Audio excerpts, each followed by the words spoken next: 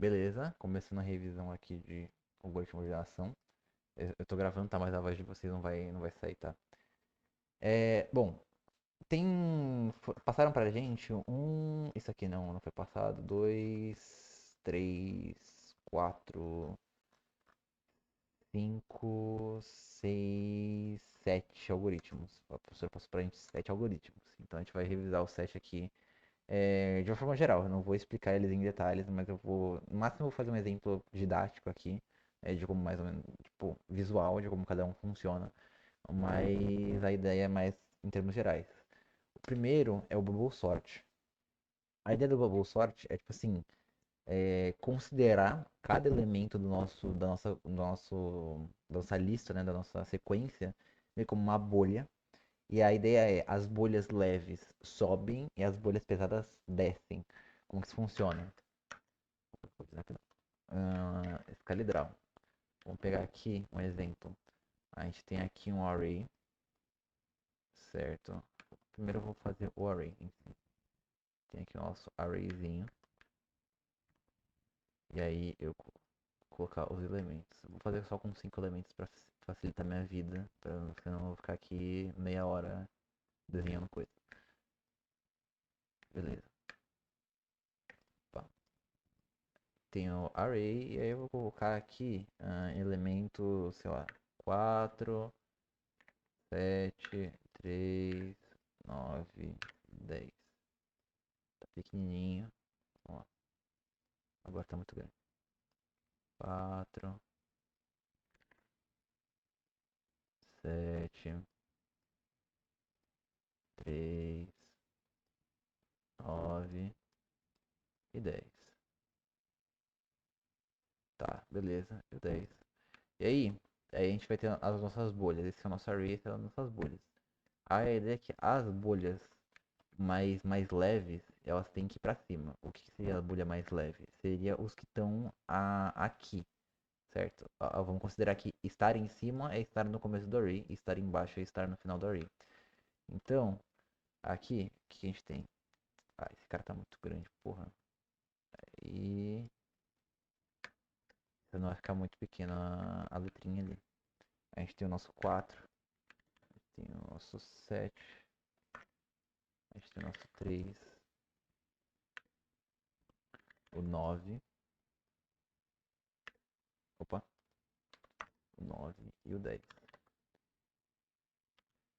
A ideia é ordenar esse cara aqui, que nem eu falei, as bolhas mais leves para cima e as bolhas mais pesadas para baixo. Na verdade, deixa eu até adicionar um fatorzinho aqui de. Porque isso aqui, senão vai ficar. Já tá meio que pré-ordenado. Tá bem ordenado até. Aí eu quero. Tá, beleza. Qual que é a ideia? A gente vai fazer um total de. A gente vai iterar por esse cara a mesma quantidade de elementos que tem no nosso array. Então, menos um, no caso. Então a gente vai iterar nesse cara no total de 4 vezes. Minto 4? Não, 5. Tem que ser o total de elementos. Então a gente vai iterar por esse cara 5 vezes. A gente vai passar pelo array 5 vezes. Como que a gente vai fazer isso? A gente, pra cada vez que a gente passar no array, a gente vai fazer. Ir fazendo comparações. É, para definir se a bolha precisa descer ou não. Então, nesse caso aqui, vamos pegar o 4 como exemplo. O 4, ele tem que ir descendo até ele estar na posição correta dele, certo? O 4, ele é maior que o 10? Ele não é maior que o 10. Então, ele não é mais pesado que o 10. Então, ele fica na posição dele. O que eu fazer, o 10 ele barra, vamos dizer, a passagem do 4 e é ele que vai começar a descer. Aí eu verifico o 10 com o próximo. O 10 é mais pesado que o 3? Sim. Então o 10 desce e o 3 sobe. O 10 é mais pesado que o 9? Sim. Então o 10 desce e o 9 sobe. O 10 é mais pesado que o 7? Sim. Desce e o 7 sobe. Beleza. Então a gente já começou, a gente já colocou o 10 no lugar dele, a bolha mais pesada no lugar dela. E aí a gente vai fazer a próxima iteração. Aí volta pro 4. Tem que voltar aqui pro começo porque o topo tem que estar a mais leve. Só que a gente não sabe se a bolha que tá no topo. A gente nunca sabe se a bolha que tá no topo realmente é mais leve. Então a gente vai fazendo esse processo várias vezes. Aí a mesma coisa. 4 mais pesado que o 3? Não. Então Perdão, sim. Então o 3 sobe e o 4 desce. Aí o 4, mais pesado que o 9? Não. O 4 fica, o 9 barra a descida do 4. É o 9 que vai começar a descer. E aí é o mesmo processo. 9 é mais pesado que o 7 sobe, 9 sobe. E aí a gente vai ver que isso aqui já está ordenado. Só que no caso a gente vai continuar fazendo esse processo. A gente tem que fazer isso até que tudo esteja ordenado. Então, até chegar nesse último cara aqui. Então a gente faria o mesmo processo. 3. Isso, no caso, nesse caso aqui, quando vai chegar num ponto que ele vai verificar. Se ele vai ter uma flagzinha. Alterou alguém? Se ele não alterou ninguém, então significa que já terminou. Agora, se ele tiver alterado alguém, significa que ele teve que fazer essa troca. Se ele teve que fazer essa troca, ele tem que fazer de novo esse processo. Porque que nem eu troquei o 7 pelo 9, né? Eu troquei esses dois elementos de lugar. Eu não tenho como saber se aqui para trás qual que é a relação entre o 7 e os elementos que estão aqui para trás. Então tem que continuar a troca. Nesse caso aqui, o que faria? Eu verificaria 3 é maior que 4? Não. Então 3 é barrado pelo 4. 4 é maior que 7? Não. Então é uma coisa. Como eu já ordenei até aqui, eu já sei que esses dois elementos estão na posição certa, então eu pararia aqui. Não, como eu não troquei ninguém de lugar, então eu pararia aqui o algoritmo de vez. Mas se eu não tivesse parado, eu continuaria o processo. Então, é assim que o Bubble Sort funciona. Ele vai puxando as bolhas, né, os elementos mais pesados para baixo e os mais leves eles vão subindo consequentemente. É assim que ele funciona. Em relação ao Bubble Sort, de boa.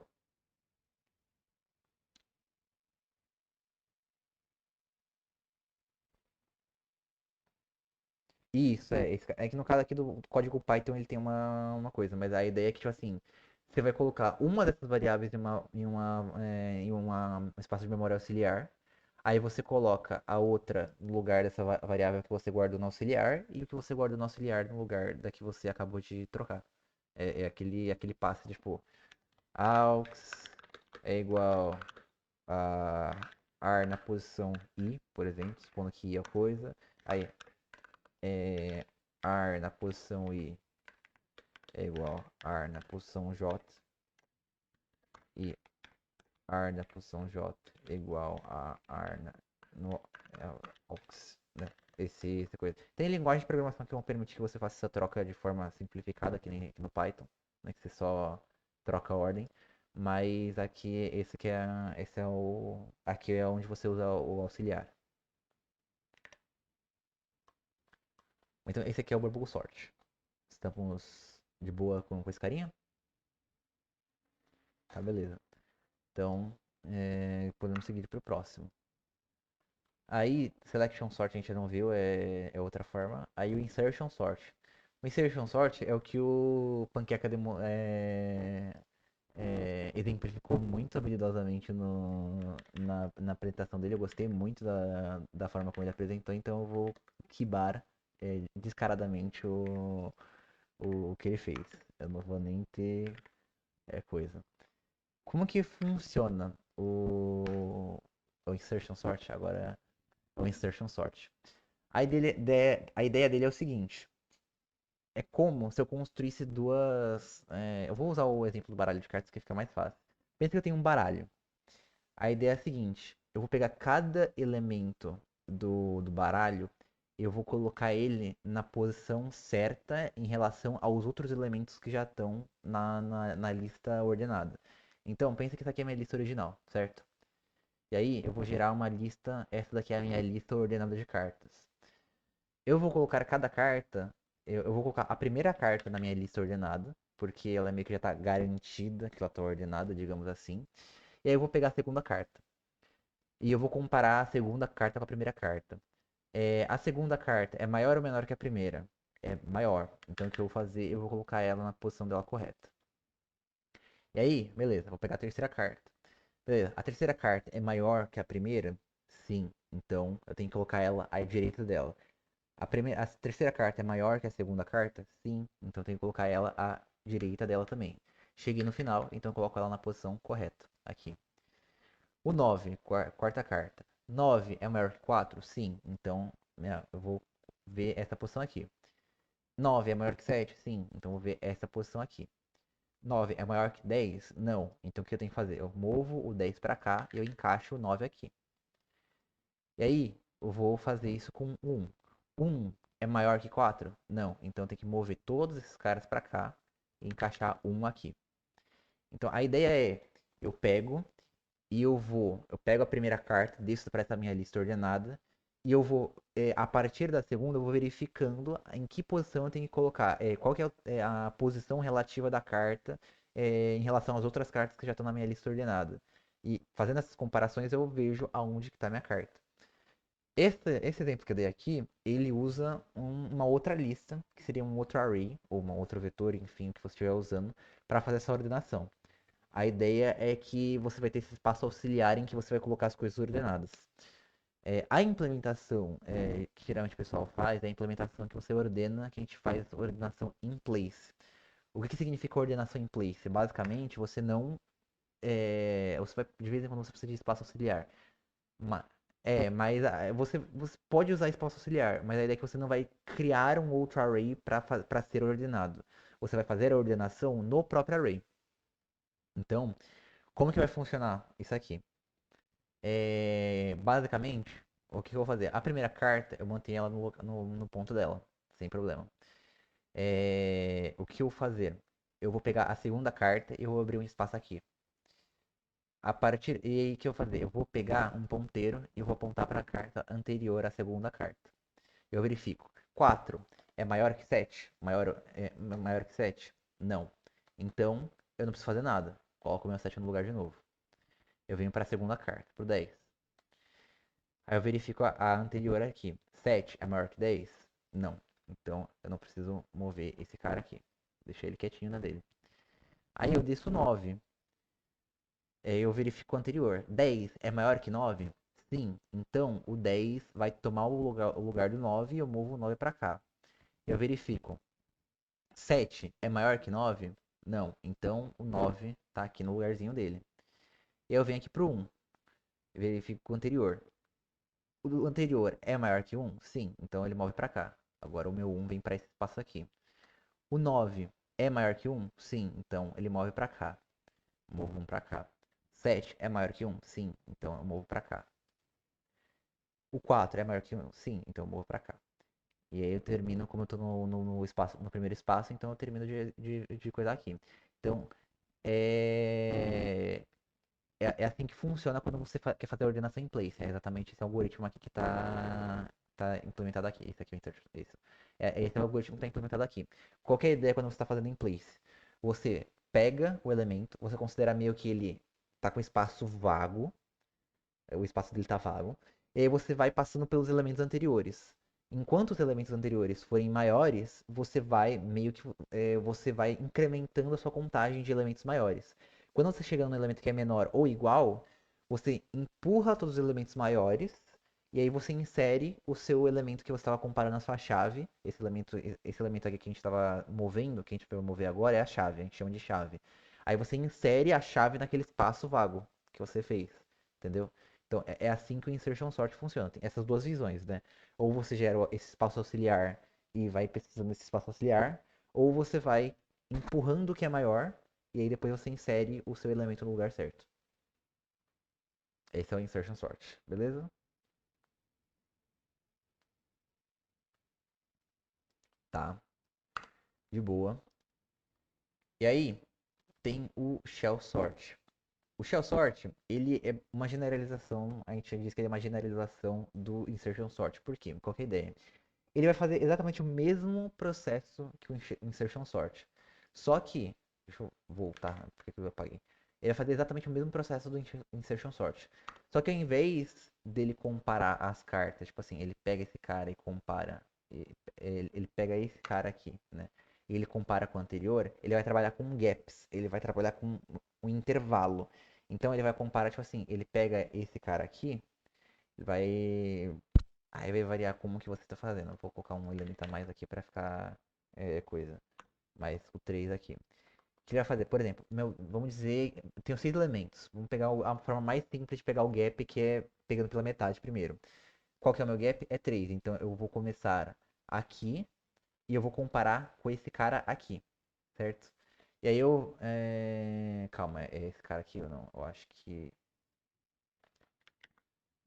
Calma, que agora eu não lembro como que era esse cara aqui. Calma lá. O gap é metade. Range do gap até n, que seria a quantidade. O gap, esse cara aqui, tem array no i. Então é esse cara aqui. Então, metade é inteiro, 6 vai dar 3. Vai ser assim, isso aqui. É porque vai ser do zero, vai ser 6. E aí vai cair no índice 3. Aí, considerando que é zero index, né? Que isso aqui é 0, isso aqui é 1, isso aqui é 2. Isso aqui vai cair no 3. Aí, beleza, caiu aqui.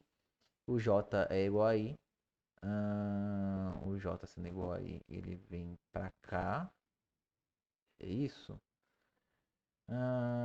Gap, J maior ou igual a gap. Maior. Módulo da parte ordenada, lista maior que a chave é. Calma, é isso. J é igual a I. Esse aqui inicializa J, enquanto J for maior ou igual a gap. Ah, tá, beleza. É o. Nossa, agora eu tô confuso.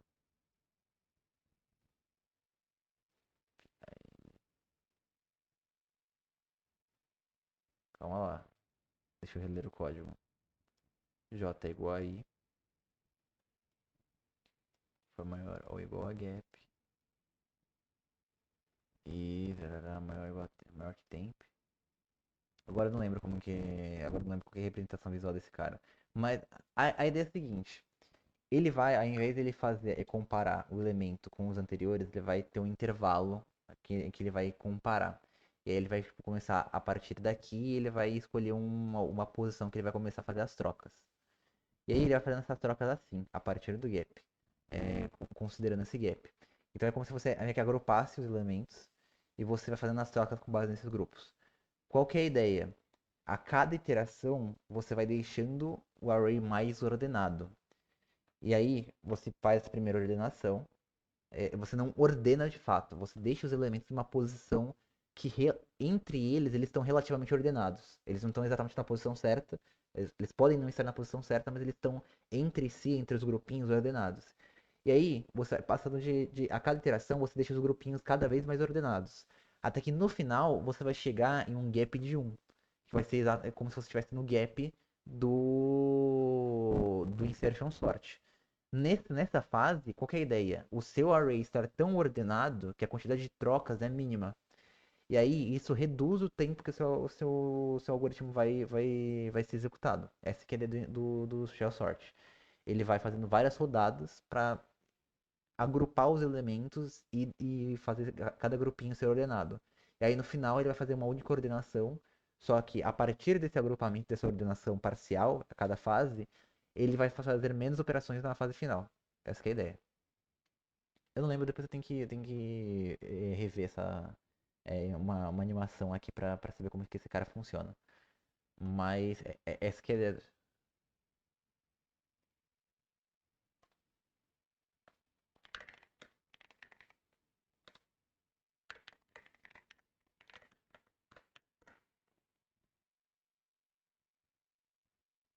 Copos, gostei.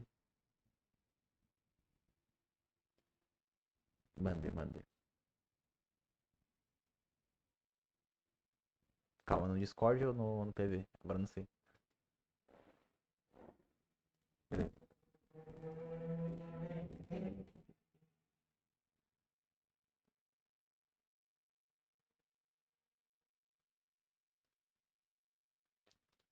Calma lá, deixa eu puxar a telinha aqui. E deixa eu mudar também a tela da transmissão. Ah, tem que mudar aqui. Esse cara aqui, tá? Tá perfeito. Tá fora de ordem. 4 é que vai cair nesse copo aqui. Tá caindo nesse copo. No caso, na verdade, eu não sei se ele tá considerando. Tá certo. Ele caiu nesse cara aqui. Ele caiu no 6. E aí.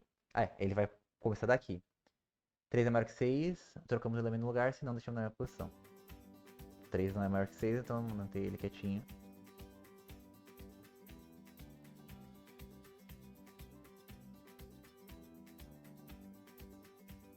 Deixa eu colocar no. Calma, não sei se era. É a minha coisa? Ah, eu acho que é só ele. É. Ah, tá, ok. Aí ele vai pegar o gap, né? No caso, ele comparou o 3 com o 6. Agora ele comparou o. Quem com quem? O 8 com o 4. Aí ele comparou o 8 com o 4. Ele verifica. Se os dois estiverem na ordem errada, ele troca. E aí. Isso. E aí ele colocou esses caras na posição relativa entre esses caras. O negócio é, entre esses elementos, eles estão ordenados, né? A posição relativa entre esses dois elementos que foram comparados. Isso. Isso. E aí o que acontece? Aqui você vê que tipo, um tá menor que o 7, um tá menor que o 6, o 5 e o 8. Então, ele já tá, tipo, no grupo certo, né? Ele tá na metade certa do array. E aí a ideia é que nas próximas iterações foi 4, agora ele vai por 2, né? Então aqui no 3, o 3 ele vai comparar com 2, o 4 com 1, o 2 com 6, um com 8. No caso vai depender da troca, né? Das trocas. Então aqui ele trocou um, agora ele vai trocar o 3 de novo, ele vai comparar o 3 de novo com o 6, na posição certa. Aí já tá praticamente ordenado.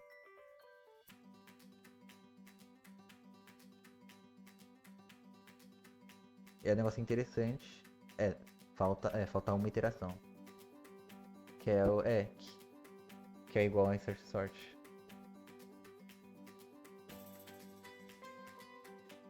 Ele compara esses dois, coloca no lugar certo.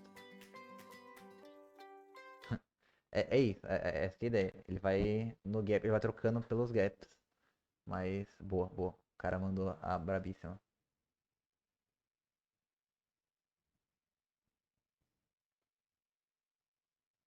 Isso.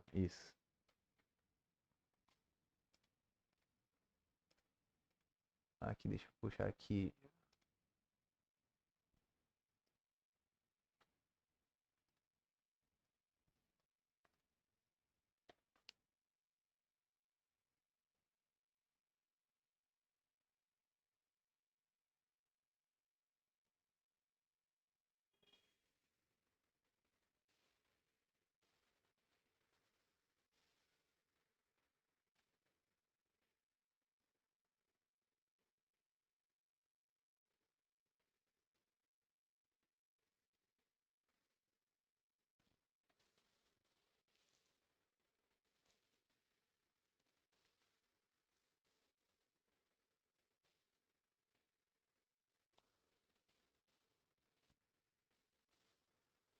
É. Agora que eu notei que, como não está capturando a voz de vocês, vai ter longos períodos em que eu vou ficar quieto no vídeo, mas tudo bem. Mas, se tiver tudo bem pra vocês, eu vou adicionar aqui no. Tá Aqui. bom. Aí, deixa eu só reduzir aqui pra não estourar o áudio. Tá, então essa que é a ideia. No caso, ele vai ter o gap e ele vai ordenar pelo gap. Ele vai trocar os elementos através do gap. Ele não vai que nem o. Vídeo é Que bem nem, simples para explicar, eu acho. que nem o insertion sort. Não, nossa, o vídeo ficou excelente. Aí, o próximo é o Radix Sort, que esse é o mais complicadinho, assim, acho que de todos.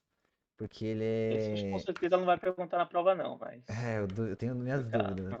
Tenho minhas dúvidas se ela vai chegar a perguntar sobre esse cara. Mas, tipo, pensar em termos de código é um pouco mais complicado, mas se você simplificar bastante, ele faz mais sentido. Porque qual que é a ideia desse cara? Basicamente, a gente vai agrupar as coisas. A gente vai ordenar por agrupamento. Qual que é a ideia? Primeiro ponto é que os elementos da sequência que você quer ordenar, eles precisam ter uma característica muito específica que é, eles precisam poder ser interpretados como sequências de dígitos, ou tipo assim, componentes sequenciais. Por exemplo, um número, né? Vamos pegar, sei lá, um número 1024.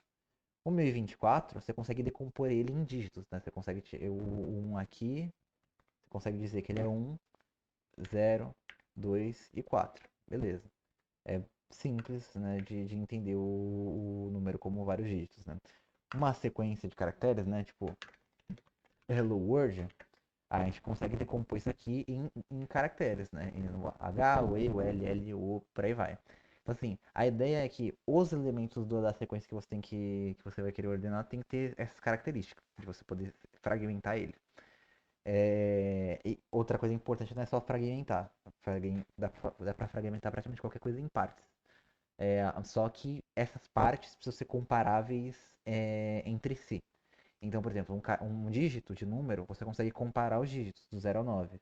Um caractere, você consegue ali fazer uma lógica, por exemplo, sei lá, por ordem alfabética. Você consegue comparar os caracteres por ordem alfabética. Quando a gente adiciona caracteres especiais, isso muda um pouco, mas enfim, a ideia é isso. E aí, o que você vai fazer? Você vai ter os seus elementos, né? Vamos pegar aqui o 4, o 12, o 128, o 72. Né? Você vai ter os seus elementos aqui, os seus números. E aí, você vai passar de dígito em dígito desses caras, colocar eles em grupo e ordenar eles pelo grupo. Como assim? Vamos pegar aqui, vamos fazer, considerar aqui que tem para cada dígito, né, para cada possibilidade de dígito, você meio que vai criar um baldezinho. Porque eu digo balde porque a gente literalmente chama esses caras de buckets. Então, você vai criar um baldezinho, certo? Esse aqui é o balde do zero, esse aqui é o balde do um, esse aqui é o balde do 2 e por aí vai. No caso, eu vou, para simplificar minha vida aqui, eu vou tirar esse cara aqui, porque eu só vou ter esses valores aqui. Então é 2, eu tenho 4, 7 e 8, né? O balde do 4, do 7 e do 8. Como esses são os únicos dígitos que aparecem, eu vou simplificar aqui o diagrama mostrando só eles. Mas a ideia é que, tipo assim, como a gente está trabalhando com dígitos dos números, né? Então a gente teria 10 baldes no total, do 0 a 9, tá? E aí, a cada iteração, o que eu vou fazer? Eu vou colocar o elemento em um desses baldes de acordo com o dígito que eu estou analisando. Na minha primeira iteração, eu vou considerar que a regra é, eu vou começar do dígito menos significativo da casa das unidades, e aí vou passando pro dígito Mas você mais. tá desenhando alguma coisa? Porque no meu ainda tá travado aí Puta, no calma, videozinho. calma que eu esqueci de mudar, calma. No meu tá Aqui. no vídeo Oh, meu também. Deus. Perdão, perdão. Mas aqui, tem os números certo, tem os baldezinhos. E aí eu vou colocar em evidência o dígito que eu tô analisando, a casa que eu tô analisando. No caso aqui, eu coloquei em evidência a casa das unidades, certo? Então esse é o dígito menos significativo de cada um desses números. E aí eu vou agrupando esses caras de acordo com a casa deles. O 4 aqui, ele vai cair nesse grupinho, certo? Perdão, no grupo do 4. Aí já tá. O 128 ele vai cair no grupo do 8, né? Então ele vem pra cá. O 12 vai cair no grupo do 2. E o 72 também vai cair no grupo do 2, tá? E aí o que acontece? Eu vou colocar eles na ordem em que dos baldes, né? Então no balde do 1, eu vou remover eles na ordem dos baldes, né?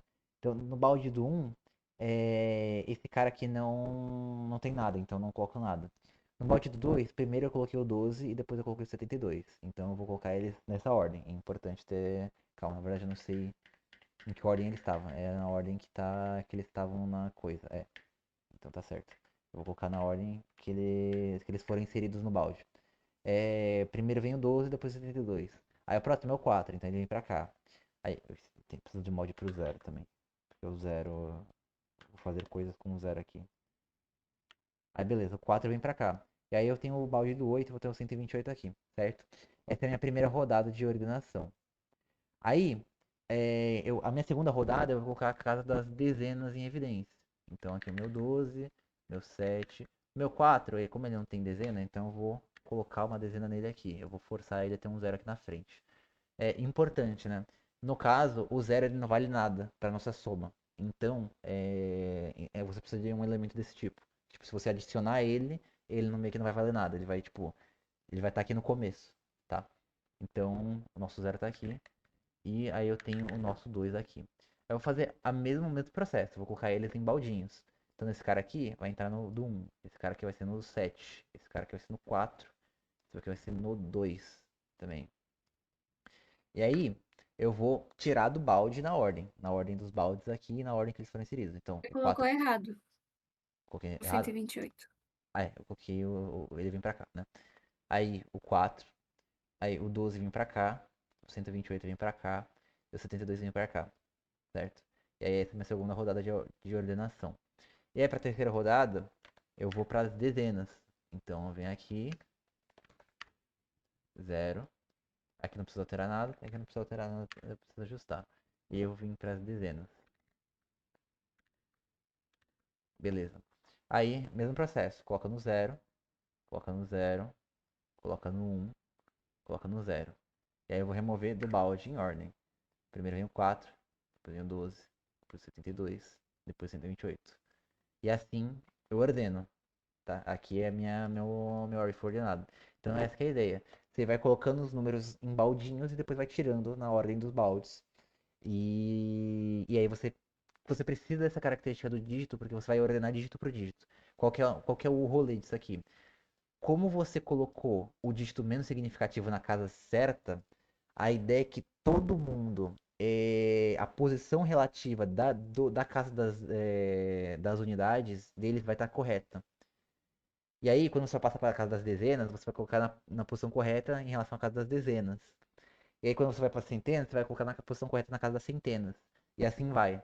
Então, você vai fazendo essa ordenação por colocar ele na posição relativa certa em relação à casa. Essa que é a ideia. Então, é assim que funciona o Radic Sort. E aí a condição de parada aqui da iteração é que o maior elemento que a gente tinha, o 128, ele tinha três casas.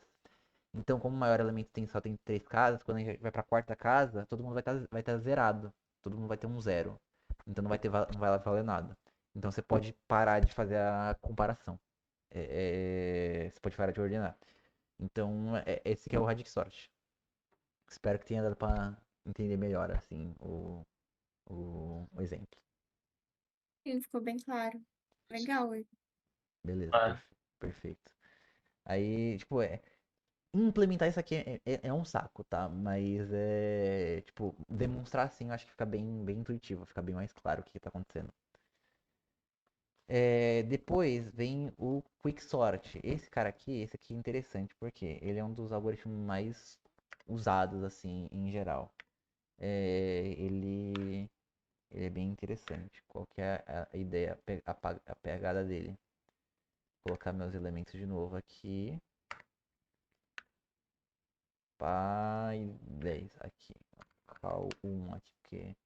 Tá, beleza. Qual que é a ideia do Quicksort?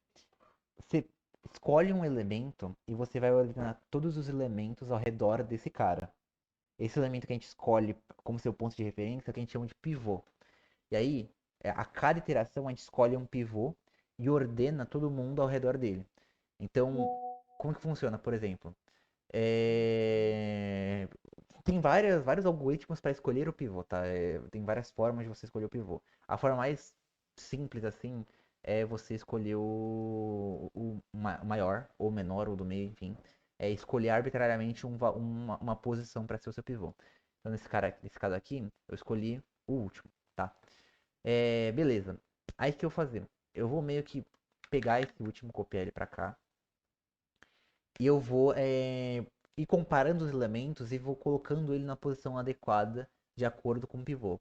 Então, vamos lá. O 4. O 4 é menor ou maior que o 1? Ele é maior, então ele vai vir para cá. O 7, maior ou menor que o pivô? Maior, então ele vai vir para cá. Oh, caralho. O 8, maior ou menor? Maior, então vem para cá. E aí, esse aqui vem para cá. Beleza. Quando eu terminar de colocar os elementos na posição relativa deles em relação ao pivô, o pivô vai estar na posição certa, no caso, o meu 1. Só que aí eu tenho um problema. Eu tenho que ordenar as partes, o que estaria antes e o que estaria depois do pivô. Nesse caso aqui, o interessante é que não tem nada antes do pivô. Então a gente vai reordenar a parte que é maior que o pivô. Então o pivô está certinho. Eu vou pegar esse cara aqui. Vou pegar essa lista aqui. Agora, eu escolho um novo pivô para essa lista, que vai ser o 2. É o mesmo processo. Eu escolho 2, eu coloco o 2 aqui e eu vou colocar os elementos na posição certa. Nesse caso, todo mundo vai ser maior que o pivô de novo. Então É vamos. também uma ordenação em place, né? Ele não tá usando uma coisa auxiliar, Tem. né? Sim, sim. Você pode. Toda ordenação você pode fazer com espaço auxiliar. Só que a implementação mais comum é fazer em place. Geralmente você simplesmente passa, tipo assim, o índice o intervalo em que você quer ordenar, e aí esse cara vai trabalhar só dentro desse intervalo. Só que ele vai trabalhar dentro do próprio array, ele vai usar o espaço do array. Então, no caso, eu tô fazendo assim mais porque pra facilitar essa ideia de, tipo assim, eu tô reordenando cada trechinho. Mas a ideia é que você vai fazer tudo no mesmo array. Mas boa pontuação, muito bem colocado. E aí, beleza, eu tenho aqui minha. é, Peguei e ordenei de novo esse cara. E aí, beleza. Tem que ordenar a parte que é menor e maior. No caso, de novo, a parte é tudo maior. Então eu vou trabalhar com esses três caras. Meu pivô vai ser o 8, né? Escolhi o 8 aqui. Então, ver se o meu 8 aqui. E aí eu vou comparando os elementos. 4 é maior ou menor? Menor. Então coloco ele no lugar. Maior ou menor? Menor. Coloco ele no lugar aqui. Opa, tem que ser. Vem aqui, coloco ele nesse espaço aqui. Beleza. Eu tenho aqui, o 8 vai estar na posição certa dele em relação aos outros. Beleza, e aí eu repito o processo. No caso aqui agora, não tenho nenhum elemento antes do 8. Meus elementos são tudo depois do 8. Perdão, não tem nenhum elemento depois do 8. Agora os elementos são tudo antes do 8. Então eu vou trabalhar com esse cara aqui. E eu vou ordenar esse cara aqui. Tenho dois elementos, esse cara é meu pivô. E aí, beleza. Tem esse cara aqui. É, Aí eu comparo com 4, né? 4 é menor ou maior que 7? Menor. Coloco o 4 no lugarzinho dele. E aí eu compararia, eu pegaria o 7, teria que comparar, ordenar a parte da direita e da esquerda, só tem a da esquerda e aí ficou com 4. Como o 4 é um elemento individual, não preciso mover ele. Então deixo ele quietinho no lugar dele. Eu vou coisar. E aí, quando a gente for ver, qual que é a ideia? Todo esse processo aqui, eu deixei o 1 no lugar certo. Aí aqui eu deixei o 2 no lugar certo. Eu ordenei essa parte aqui. Vou fazer o processo aqui. Vou fazer essa cópia aqui. Isso aqui vamos dizer que é o nosso array, certo? Como que ele vai estar sendo modificado ao longo do tempo. Eu tinha isso aqui. E aí eu coloquei o 1 no lugar dele, certo? Aí eu vou modificar esse espaço aqui. O que, que eu fiz? Eu cheguei nessa ordenação aqui, certo? Coloquei o 2 no lugar dele. Beleza. Cheguei nesse nível de ordenação aqui. Aí eu vou ordenar a parte à direita. A parte à direita é esse cara aqui. Peguei, ordenei esses elementos. No caso, eu vi que não precisava de mudar ninguém. Então, manteve igual. E aí, mesma coisa, né? Eu ordenei esse cara aqui. Aí meu pivô era esse. E aí eu tinha que ordenar esse cara aqui, esse 4 aqui. Aí, o 4 ele tá sozinho, né? Não precisa ser ordenado. Então, beleza, tá meu array tá ordenado, certo? Então, essa aqui Ele é uma versão otimizada do insertion sort, né? Não, porque o insertion sort ele vai fazendo. Ele vai arrastando os elementos pro lugar certo. A ideia é que, tipo assim, o. Ele vai comparando com todo mundo e vai arrastando pro lugar certo. O Quicksort, ele faz mais ou menos algo parecido. É porque assim, ele não arrasta os elementos pro lugar certo. Ele, tipo assim, ele encontra a posição certa pro pivô. Comparando com os maiores e menores. Você pode dizer que ele é bem parecido com o Insertion Sort na funcionalidade de colocar o elemento no lugar certo. Sim, dá pra fazer essa comparação. É que o mecanismo como ele funciona é um pouco diferente. O algoritmo ele é bem diferente. Então é meio difícil de comparar os dois. É Mas que ele não troca de posição, né? Ele vai comparando, comparando, comparando, comparando, até restar só ele, e é, aí ele determina, vai estar nessa posição, na posição 0. Pá, próximo. Aí vai comparando, comparando, comparando, comparando. Aí ele falou assim: ah, esse vai ficar na posição 1, é isso, né? Aí ele põe lá. isso é. Então, essa que é a ideia. Ele vai fazendo pelas comparações. O grande coisa do Quicksort é que, assim, ele vai separar sua sequência em dois grupos, né? A grande sacada dele é essa. Por que a grande sacada dele é essa? Porque aí cada grupo pode ser ordenado de forma independente. Tipo, nesse caso aqui, é que pra essa escolha, essa foi uma escolha péssima de. Tá aí o negócio da escolha do pivô. Essa foi uma escolha péssima do pivô, porque toda interação não teve separou em dois grupos, sempre foi um grupo só. Se eu escolhesse o primeiro número como pivô, vocês vão ver que vai melhorar a situação. Por quê? Nesse cara aqui tá ordenado, né? Então, se eu escolher o primeiro número como pivô, certo? Tem aqui o meu pivôzinho. Vou pegar o 4. 7 maior que 4, então ele vem pra cá. 8 maior que 4, então ele vem pra cá. 2 menor, então ele vem pra cá. 1 menor, então ele vem pra cá. Opa, porra. 1, ele vem muito grande, ele vem pra cá, certo? Então, beleza. E aí, agora, o que eu vou fazer? Eu vou ordenar esses dois caras de forma independente. Por quê? Porque esses caras são espaços de memória isolados entre si. Então, o que eu posso fazer? Eu posso ter, por exemplo, duas threads que vão ordenar esses caras de forma independente. Eu posso fazer essas duas ordenações de forma paralela. Aí já é uma otimização que eu tô comentando. Não necessariamente você precisa fazer isso de forma paralela, mas é uma possibilidade. Aí mas a ideia é que você vai poder ordenar a parte esquerda e a parte direita de forma independente. Aqui a parte esquerda tem dois elementos. Vou escolher o primeiro como pivô, o 2. Então o 2. O 1 cai para onde? Cai aqui para a esquerda. Então ele vem para cá. Eu ordenei esse cara aqui. E aí, no caso, o 2 era meu pivô, eu vou pegar os elementos à esquerda e à direita. Só tem um à esquerda, então eu ordenaria o 1. Como é um elemento singular, então eu não faço nada aqui. No caso, eu posso até manter esse 1 aqui. Beleza. Aí, aqui eu tenho o 7 e o 8. Vou pegar o 7 como pivô. Colocar o 8 no lugar, na posição correta dele em relação ao 7.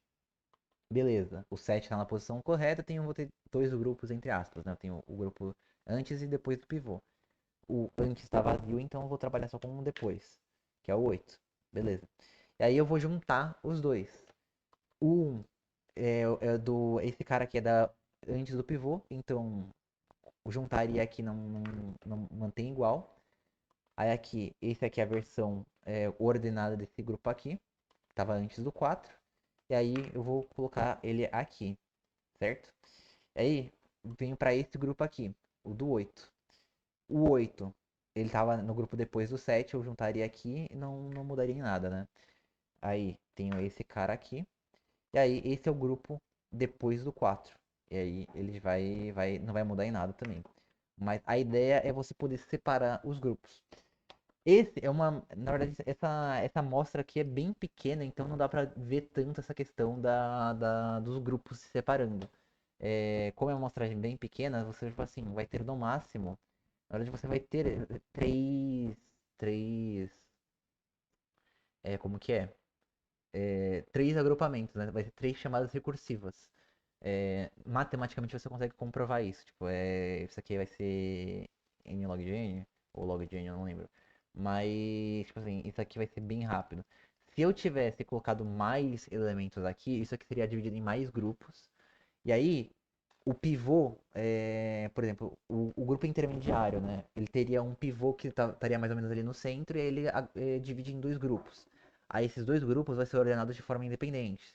Aí o pivô de cada grupo pode gerar um outro grupo, mais dois grupos, e por aí vai. Então, essa que é a ideia.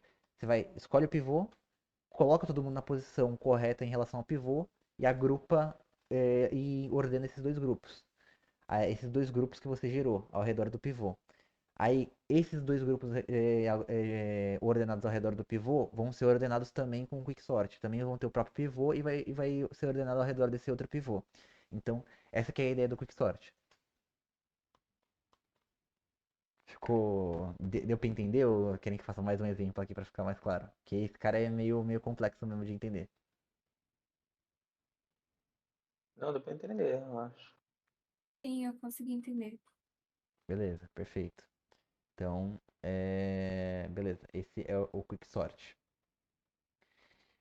Eu não tô falando ainda de complexidade de tempo e espaço, depois eu vou explicar melhor, mas a ideia é que eu quero explicar ela um pouquinho mais, com um pouquinho mais de detalhe.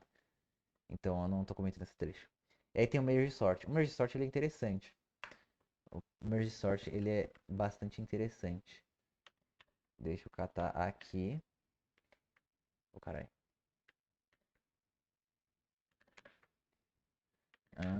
Vim aqui, eu vou colocar 7, 3, 9, 1, 3, 3 não, vou manter dados diferentes. Qual que é a ideia do Merge Sort? Ele vai dividindo meu array em grupos.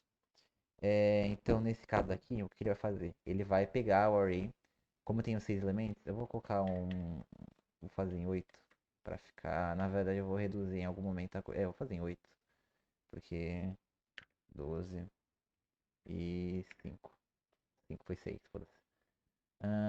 Beleza. Qual que é a ideia? Ele vai quebrando o meu array em partes, ele vai organizar cada uma dessas partes individualmente e depois juntar ambas.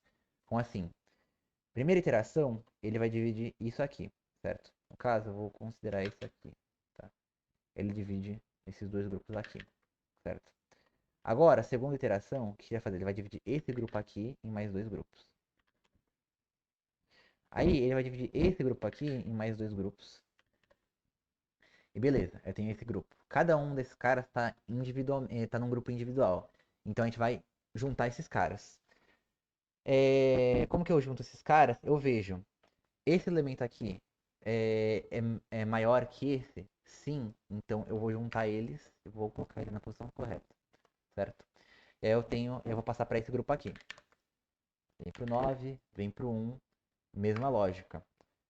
9 é maior que 1? Sim. Então coloca na posição correta. Beleza.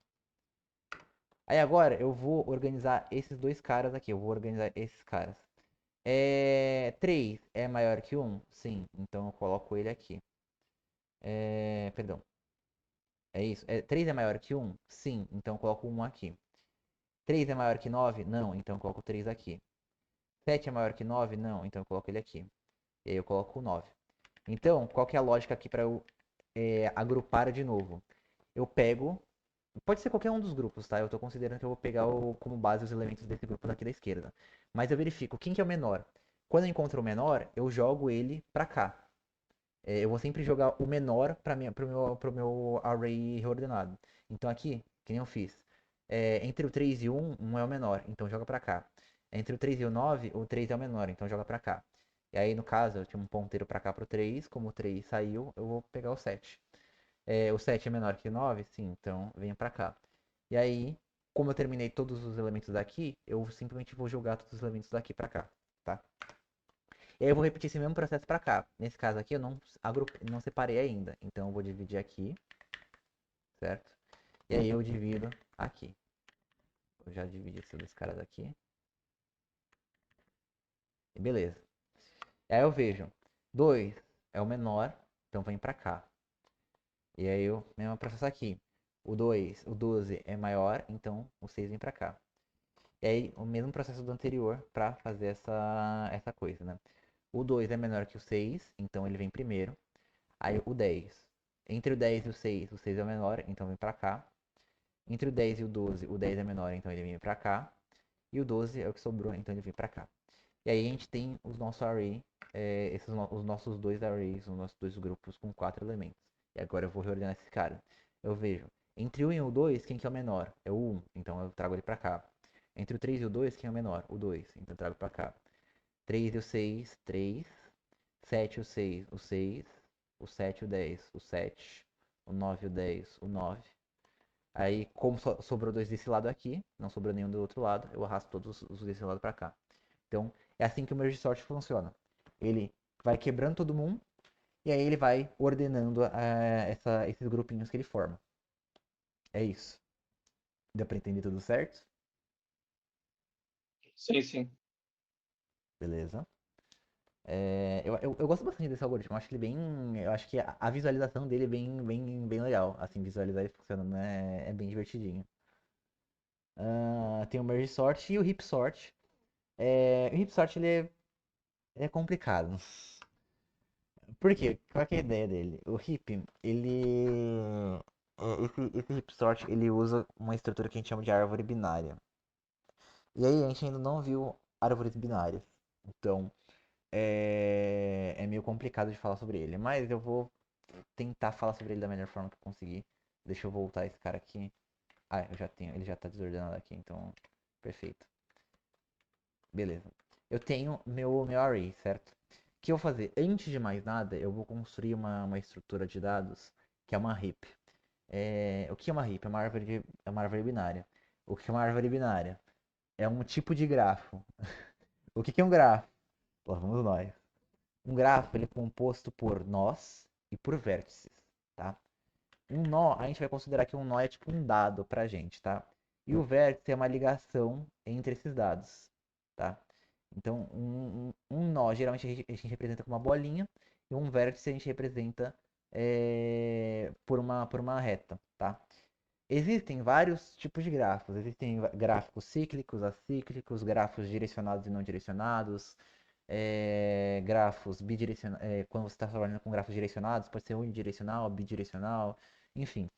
Qual que é a ideia? A árvore binária é um tipo de grafo em que eu tenho um nó e cada nó vai ter no máximo dois filhos, tá? Ele vai apontar para dois filhos, tá?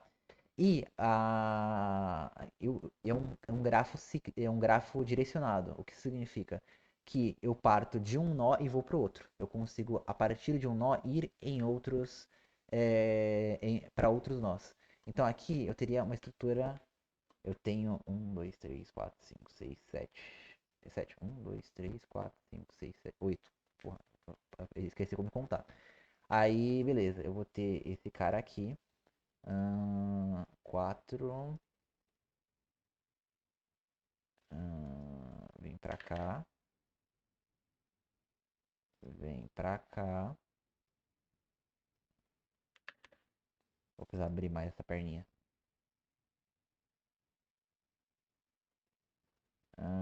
Vem pra cá. 1, 2, 3, 4, 5, 6, 7. Beleza. E aí eu vou ter meu último cara aqui. O minha árvore binária vai ter algo mais ou menos esse cara. Notem que eu tenho uma raiz, certo? Um nó que é a raiz, que não tem ninguém apontando para ele, tá? E aí eu tenho os meus vértices. E aí cada nó vai apontar para no máximo dois elementos. Nesse caso aqui, minha raiz está apontando para dois, esse cara aqui está apontando para dois, esse cara aqui está apontando para um, esse cara aqui não aponta para ninguém. Então, essa aqui que é uma árvore binária. Eu não vou entrar em tipos de árvore binária, balanceada, não balanceada e tudo mais. Mas é isso. Outra coisa importante é que árvores binárias são. Árvores, em geral, são acíclicas. O que significa? Que eu não tenho, tipo assim, não pode existir um nó aqui que aponta para um ancestral, né? Então não pode fazer algo assim, não posso fazer algo assim ou assim, ou para um parente assim. É, eu só posso um nó só aponta para os próprios filhos. É isso. Então é tipo uma árvore genealógica, se você for pensar. É bem parecido com uma árvore genealógica. E aí, como é que funciona o heap? Ele vem duas formas, um max heap ou o min heap. A propriedade do max heap é um pai, o nó pai, ele tem que ser maior que os nossos filhos. Então, nesse caso aqui, primeiro eu vou transferir isso aqui para essa estrutura aqui.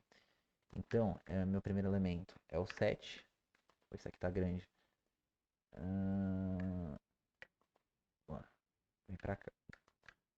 Ih, o 7 tá pequenininho. Rapaz. Cadê? Cadê? Aumenta aí, fi.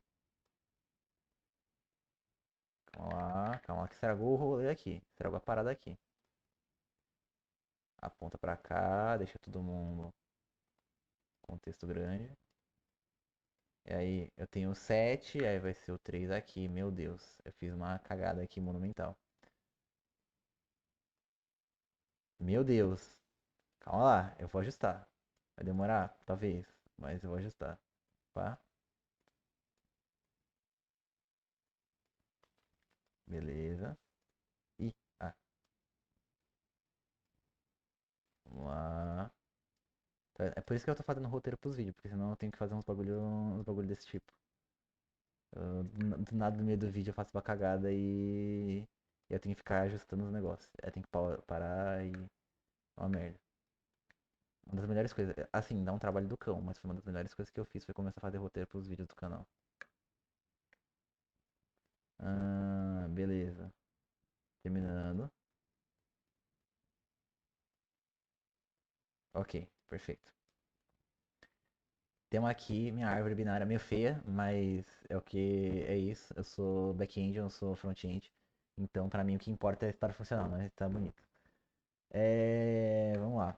Tem aqui o 7, o 3, o 9 vem pra cá. O 1 vem pra cá. O 2 pra cá. O 10 aqui. O 12 aqui. E o 6 aqui.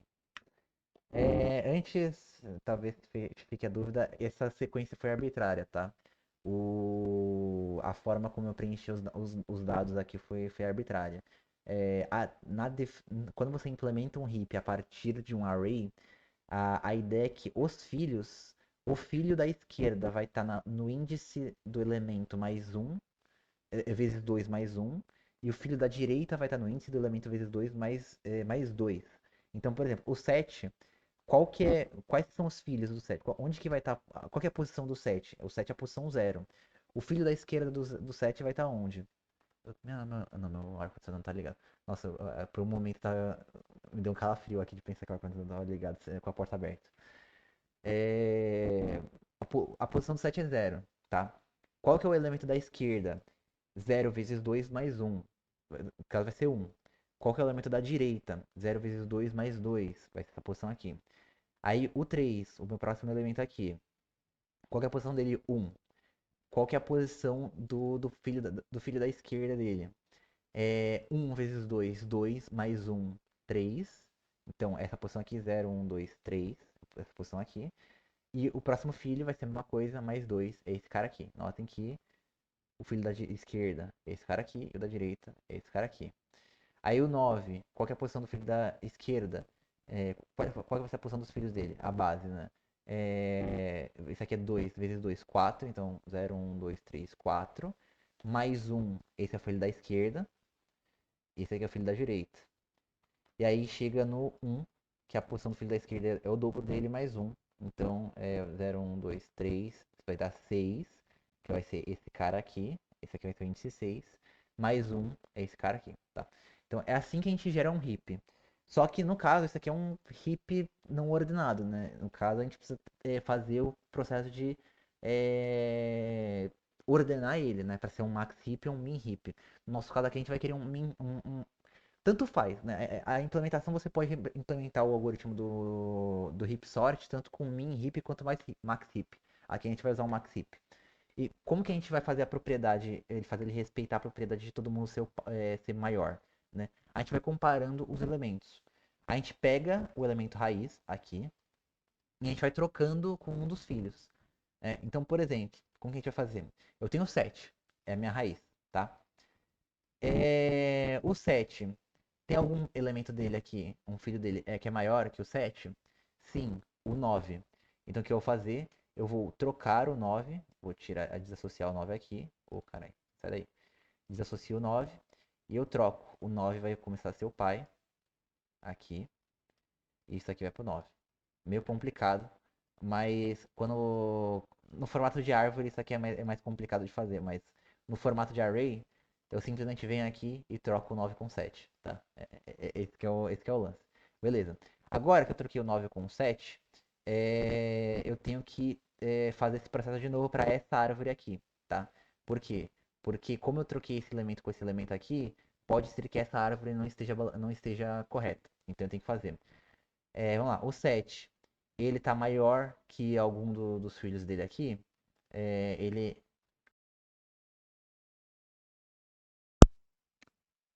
Calma lá que Menor que os dois. Tá, meu headset ele desligou sozinho. Calma, deixa eu conectar ele no cabo, porque eu sei que no cabo ele não vai dar esse problema. Ah,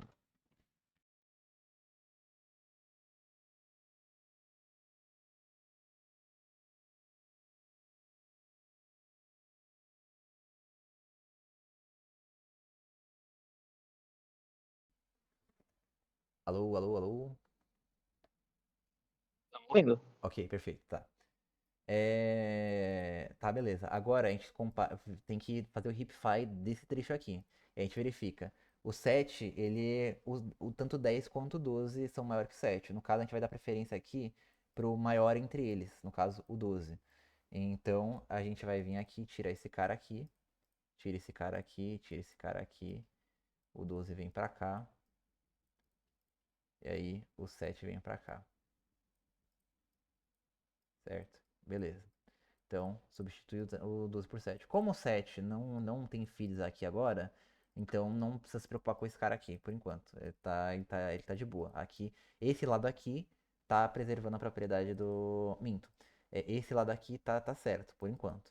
Só que agora temos um problema, porque essa árvore aqui tá satisfazendo a condição, mas essa árvore aqui, isso aqui não satisfaz, porque o 9 é menor que o 12. Então o que eu vou fazer? Eu vou fazer de novo esse negócio aqui, a troca. Eu vou trocar aqui o 9 pelo 12. Troco o 12 aqui, o 12 agora. Note que o 12 agora está na posição correta dele. O 9 está aqui com coisa.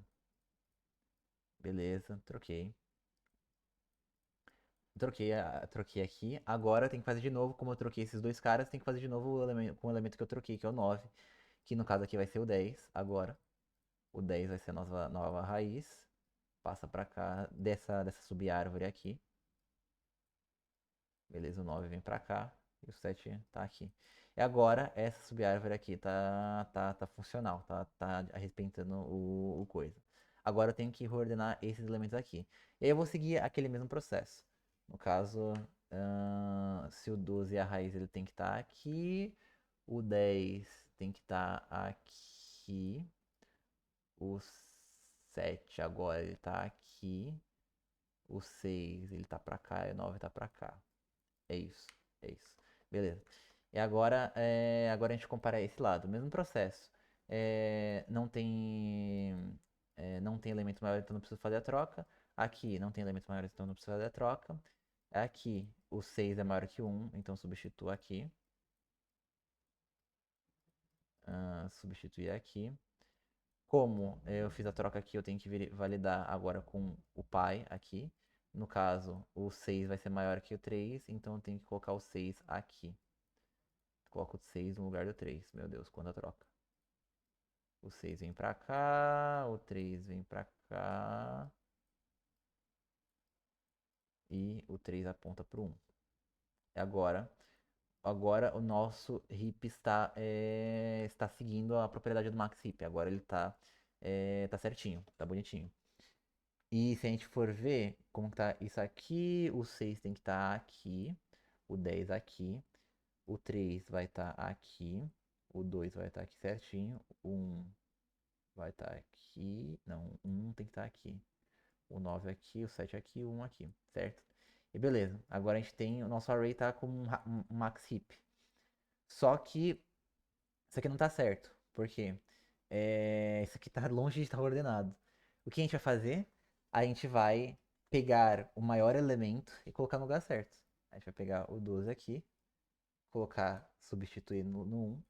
E agora, a gente considera que esse aqui vai ser o nosso heap. Esse cara aqui, o 12 está no lugar certo dele.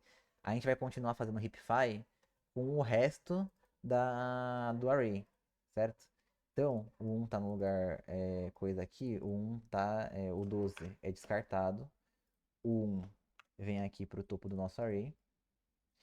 E agora a gente faz todo aquele processo de novo do heapify com essa árvore aqui, olha que lindo. Essa aqui é a ideia do coisa.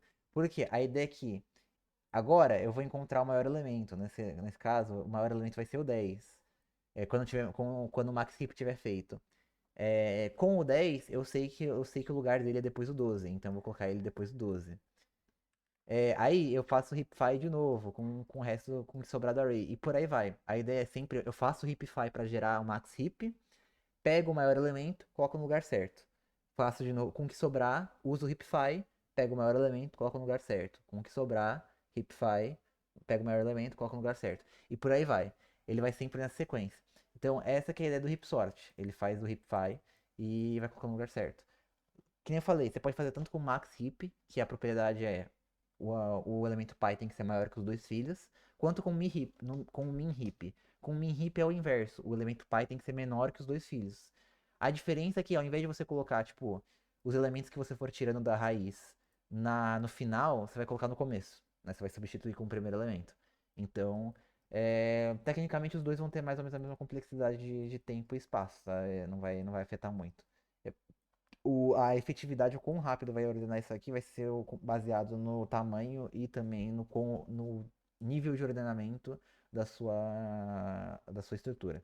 Mas essa aqui é a ideia do heapify. Essa aqui é a ideia do heap sort. Beleza? É isso que é o. Que é com esses dois carinhas. Alguma dúvida? Deu pra entender certinho? Não deu pra entender certinho. Tá, beleza, perfeito. Então, é isso. Em relação a esses algoritmos de ordenação, aí vem a questão da complexidade de tempo. É, tem alguma. Não, realmente não tem nenhuma dúvida em relação a nenhum desses algoritmos, né? Tudo certinho pra vocês dois. Tudo ok. Tá. Perfeito, deu pra entender isso. Obrigado. Aí, a gente vem para a parte de complexidade. Qual que é a ideia da complexidade? Quando a gente fala de complexidade, a gente quer falar sobre quanto que algum aspecto do algoritmo escala com base no aumento da nossa entrada. Então, deixa eu primeiro pegar uma imagem para ilustrar isso aqui melhor. Complex chart. Tem um que tem esse cara aqui é excelente para exemplificar. Tem esse coisa aqui, tá? Qual que é a ideia aqui? A ideia é nesse eixo aqui a gente tem a variação da quantidade de elementos e nesse eixo aqui a gente tem a variação da quantidade de operações. Geralmente, ao invés de a gente trabalhar com quantidade de operações, a gente vai trabalhar com tempo de execução do algoritmo, né? Então, quanto tempo ele demora para terminar ou quanto espaço ele toma. Então, assim, o ideal é que quanto mais elementos tem aqui, não diminua a quantidade de operações não vai diminuir, mas menor é a variação na quantidade de tempo ou de espaço que o seu algoritmo toma. Então, assim, um algoritmo com uma complexidade boa, conforme você vai crescendo, a quantidade de tempo que ele leva ele vai diminuir pouquíssimo, pouquíssimo, pouquíssimo. E um algoritmo muito ruim, ele vai crescer muito rápido o tempo que você leva. Tipo assim, pensa num algoritmo bom. É um algoritmo de binary search. O tempo dele é log de n. Então, assim, você tem um elemento, considerando, tipo assim, vamos dizer, uma operação. Então, uma unidade de tempo arbitrária. Se eu tenho dois elementos, vai ser a mesma operação ainda. Perdão, vai ser duas operações. Se eu tenho três elementos, ainda vai ser duas operações. Se eu tenho quatro elementos, aí vai ser três operações. Se eu tenho cinco elementos, ainda três operações. Se eu tenho seis elementos, três operações. Se eu tenho sete elementos, três operações. Oito, aí vai ser quatro operações. E por aí vai. Esse aqui é o comportamento logarítmico. Então, por exemplo, se eu tenho 10 operações, você vai ter quatro operações. Se eu tenho 1000 elementos, você vai ter 32, 64, vai ser no 64. 1, 2, 4, 8, 16, 64, vai ser 7 operações. Se eu tenho 1000 elementos, isso sobe para mais duas operações. Eu vou aumentar a quantidade de. Eu aumentei os elementos em 10, mas eu só aumentei em duas operações. Aí, se eu multiplicar em 10 de novo, vai aumentar em. Agora não lembro quantas operações. Mas enfim, a questão é que o aumento dele é muito pequeno. Para uma complexidade quadrática, vai aumentar muito mais rápido. Se eu tenho 10 operações, eu vou ter 100. Se eu tenho 100, eu vou ter 10 mil. É 10 mil? É 10 mil. Se eu tiver 1000, eu vou ter 1 milhão. Então escala muito mais rápido. Então, quando a gente está falando de complexidade, quando a gente está falando de análise de complexidade, a gente está falando de o quão rápido o tempo, a quantidade de memória que você consome escala conforme o tamanho da sua entrada escala. E aí, a gente tem várias notações para essa complexidade. A mais relevante, assim, pra gente, geralmente, é a Big O, tá? É Big O de alguma coisa aqui, né? Essa complexidade aqui. Por que Big O? Porque a gente diz que esse comecinho aqui é um O maiúsculo, tá? Aí, as outras complexidades são a Big Theta, eu não sei se é Theta, se é assim, Theta, se não é assim, que no caso vai ser o símbolo θ, vai ser esse cara aqui. Aquele O cortado, né? Isso ele vai ser esse cara aqui, no caso vai ser esse maiorzinho aqui, vai ser o maiúsculo. E aí tem o ômega. Não, não quero fazer do negócio de relógio ômega. Calma, esse cara aqui. Copiar a imagem, vai ser esse carinha aqui, quando a gente tá falando da Big Ômega. A Big O, cada um deles vai trabalhar com um cenário específico. A Big O, ela é a mais utilizada porque, assim, ela é o que trabalha com o caso, o cenário pessimista, com o pior caso. Quando você está falando de Big O, você está falando que quantas operações, quanto tempo, quanta memória o seu algoritmo vai consumir no pior caso. E por que que a gente considera a Big O a mais importante? Porque a gente sempre quer pensar num cenário pessimista. A gente sempre quer pensar levando o nosso sistema ao limite. Porque a ideia é sempre trabalhar no limite. O ideal é você sempre trabalhar, tipo assim, na capacidade máxima, porque você está fazendo o máximo de aproveitamento dos seus recursos. Quer dizer, nem sempre. Às vezes a capacidade máxima não é boa porque vai degradar a performance do seu sistema. Mas, por exemplo, um sistema operacional ele tem que garantir que a sua CPU tá sendo o mais aproveitada possível. Então, esse que é o rolê. O Big O ele mostrar pra gente qual que é o pior cenário, qual que é o tempo ou o espaço que a gente vai ocupar no menor cenário. O Theta, eu não lembro, Big, calma. Complex. Eu não lembro de cor com a parte do Big Theta e do Big Omega. Porque é Theta e Ômega. Esse cara aqui. Tá. O Ômega é o lower bound. O Ômega, esse cara aqui, ele é pro melhor cenário. Ele vai dizer pra gente quanto tempo ou quanta memória o nosso algoritmo ocupa no melhor caso, né? No caso otimista. E o Big Theta, ele é no caso médio, né? Mais ou menos. Assim, meio que pegando a média aí do tempo de execução ou da memória do algoritmo, mais ou menos quanto tempo ele leva para uma determinada entrada. Então, essa que é a ideia, essa que é a diferença dos três, tá? Mas como eu falei, geralmente a gente trabalha mais com a Big O. Uma coisa importante é que é, algoritmos podem ter uma complexidade de tempo ou de espaço igual segundo a Big O Notation. E aí, qual que é o critério de desempate? Primeiro, o tempo individual de cada operação. Então, né, geralmente quando a gente fala, a gente tipo assim, complexidade de tempo. A gente não diz que vai levar X segundos, Y segundos, X segundos, 2X segundos, 3X segundos. A gente sempre fala, tipo, em complexidade de tempo e uma medida de tempo arbitrária. A gente vai falar que é isso, é algum tempo aí. Vai levar tempo, vai levar X mais tempo, é isso.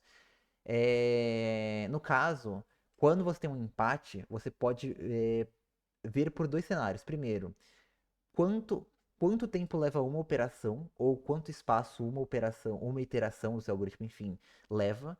Porque aí, por exemplo, digamos que o quicksort, a gente vai ver aqui, ó.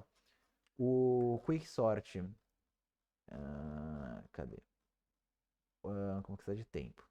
O quicksort, a complexidade de tempo do melhor caso dele, do melhor caso e do caso médio, é n log de n. O do merge sort é. Calma. Tem uma complexidade de tempo em todos os casos. Na verdade, o merge sort ele é até melhor. Mas aqui, vamos pegar no caso médio, né? Vamos dizer que a gente está comparando o caso médio. Na verdade. Calma, deixa eu pegar um exemplo melhor. Vamos pegar o Quicksort. O Quicksort, que o pior caso dele é O de n ao quadrado. E vamos pegar o Shell Sort, que o pior caso dele, se não me engano, também é O de n ao quadrado. Sim, O de n ao quadrado. Beleza, os dois são O de n ao quadrado.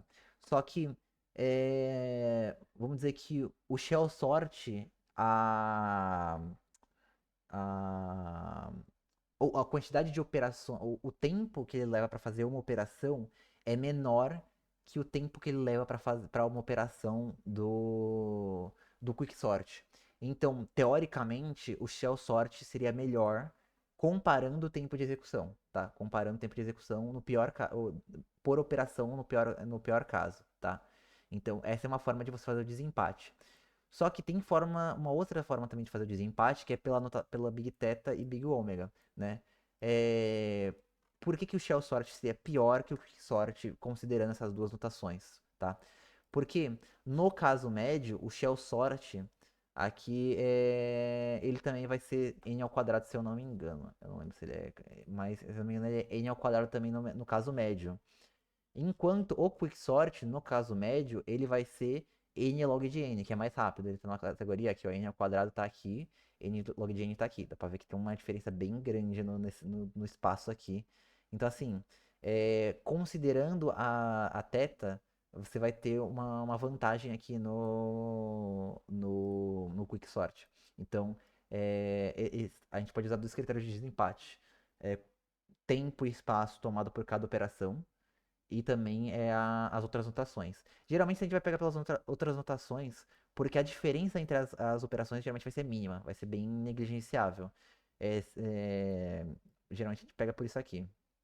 Então a gente pega primeiro pelo O, aí a gente verifica, tá, o θ aqui, o caso médio, é melhor que o outro algoritmo? Se for, aí geralmente a gente considera que esse outro algoritmo é melhor, tá? No Então, caso, o Shell Sort ele perde para o Quicksort pela velocidade, mas ele ganha, ele consome menos memória, né, que o isso, Quicksort. no caso, o Quicksort é que depende. Porque assim, aí é um negócio que comenta da memória do Quicksort. Por É quê? pensando no pior caso, né? No... É porque assim, o que acontece? O Quicksort, você pode eu ia comentar com isso mais tarde, mas bem lembrado. Boa pontuação. O Quicksort, você pode implementar ele é, sem ou com memória auxiliar. Geralmente, você vai implementar ele sem. Então, ele vai o Quicksort aqui, ó. Ele vai ter uma complexidade de espaço de. Não, o in place tem log de n. O in place ele vai ocupar log de n. Mas no caso, por que esse log de n? Por causa da recursividade. Porque a gente considera que essa recursão aqui vai ocupar espaço. Só que o interessante quando você considera a recursividade é que você pode traduzir qualquer algoritmo recursivo para forma iterativa e vice-versa.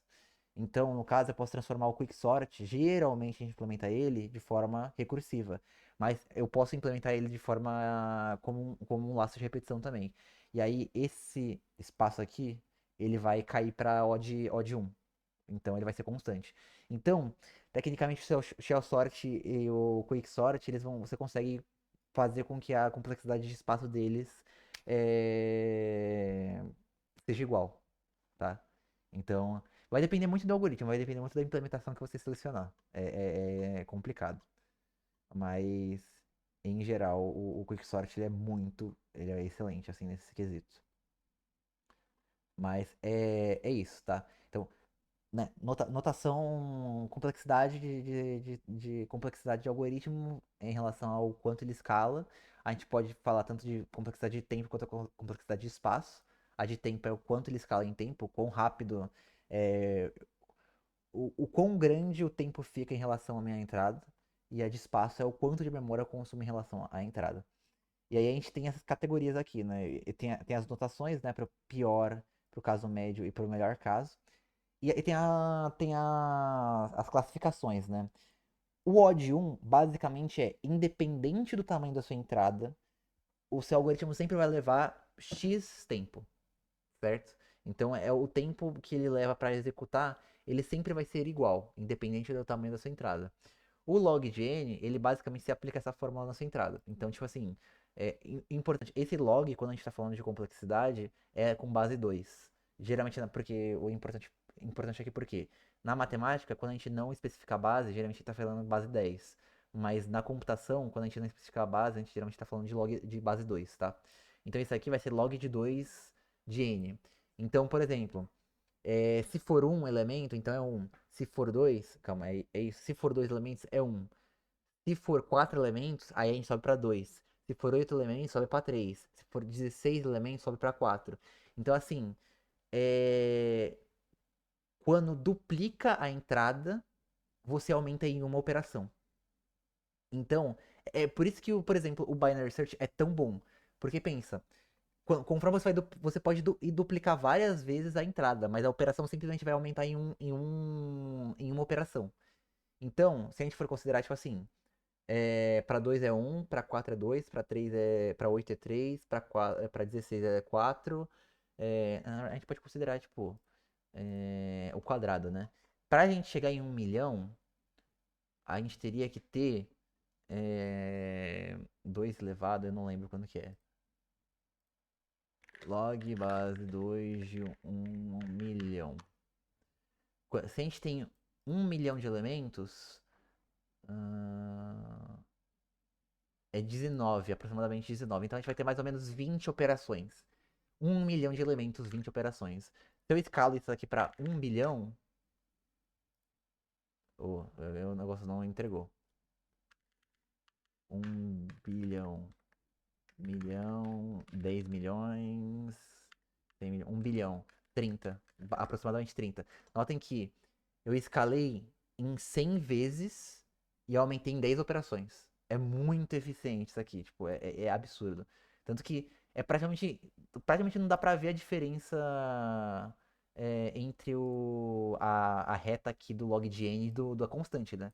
Porque a constante, notem que a constante ela acompanha o eixo x aqui, a constante é igual ao eixo x. O log de n, cara, isso aqui é mexeu praticamente. Então, assim, é bem eficiente. Aí a gente tem a linear, então o tempo ou espaço que você consome escala em igual medida a quantidade de elementos, de 1 para 1, certo? O n log de n, ele é a multiplicação do log de n por n, então ele é pior, assim, ele é pior que n, mas ele é razoável ainda, ele escala bastante assim para números grandes, mas ele é decente ainda. E aí a gente tem o quadrático, né? O quadrático assim, é bizarro essa curva aqui, ele escala muito rápido. Você tem 2 elevado a n, que é basicamente 2 elevado à quantidade de entrada. Então, assim, se você tem 10, é 2 elevado a 10. Se você tem 100, é 2 elevado a 100. Se você tem 1000, é 2 elevado a 1000. Isso aqui escala muito rápido. E você tem exponencial, não, cara, eu esqueci qual que é essa notação aqui. É fatorial. E aí você tem a complexidade fatorial, que é, tipo, absurdamente ruim, péssima. Isso aqui escala muito mal mesmo. Isso aqui é muito ruim, essa complexidade. Então, assim, o ideal é você manter aqui. Aqui é a meta, tá? Aqui é o que você quer. Aqui é o que você tá querendo, desejando muito que seja. Aqui é razoável, é aceitável. Para datasets muito grandes, geralmente o computador aguenta bem. Aqui mais ou menos, mais ou menos. Estamos querendo evitar, mas é possível. Para conjunto de dados, tipo assim, para milhões, aqui até aguenta. Assim, você até consegue fazer essa operação aqui relativamente de boa, dependendo do que você quiser fazer. Isso aqui é, tipo, evitável, né? Você quer evitar a todo custo qualquer um desses daqui, tá? Esse grupinho, tá? Então, essas daqui são as complexidades mais comuns, assim, de você ver. Principalmente em entrevista de emprego, se você tiver fazer alguma entrevista técnica que envolva fazer algum algoritmo, geralmente vai brotar algum desses carinhas aqui no seu algoritmo. Geralmente o algoritmo que você tem que fazer vai estar dentro de algum desses caras, né? Idealmente vai estar aqui nesse grupinho. E aí, se tiver nesse grupo aqui, cara, temos um problema. Houston, we have a problem. Então, é isso. Em relação à complexidade de algoritmos, é isso. É importante frisar que, tipo, você tem variações aqui, tá? Tipo, você tem n ao cubo, por exemplo, n à quarta, n à quinta. Mas você geralmente não vai ver, por exemplo, O de 2n, por exemplo. Por quê?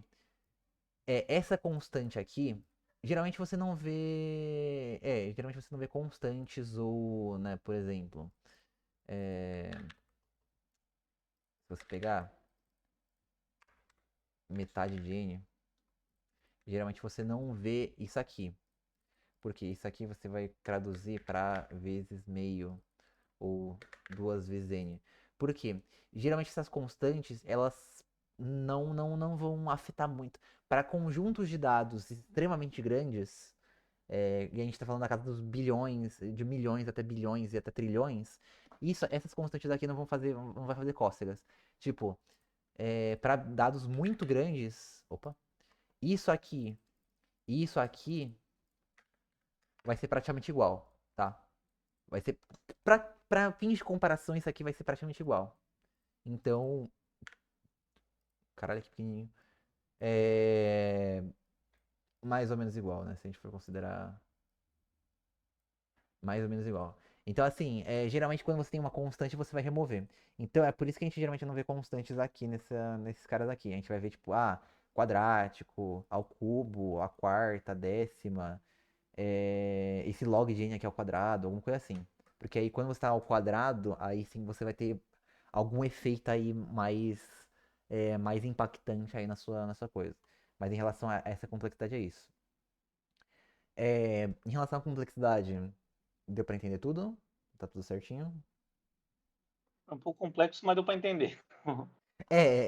Tá no nome, né? É. Acho que essa parte de complexidade a professora nem chegou a pensar, né? Vou Não, pensar ela não durante os falou, ela pediu trabalhos, pra vocês gente. explicaram durante, Em parte, na mas nossa pesquisa era pra professora, gente, é, pra gente estudar isso e entender esse tópico. sim, sim. Mas é que é um tópico meio complexo mesmo, assim. Mal, piada bem mal feita, mas.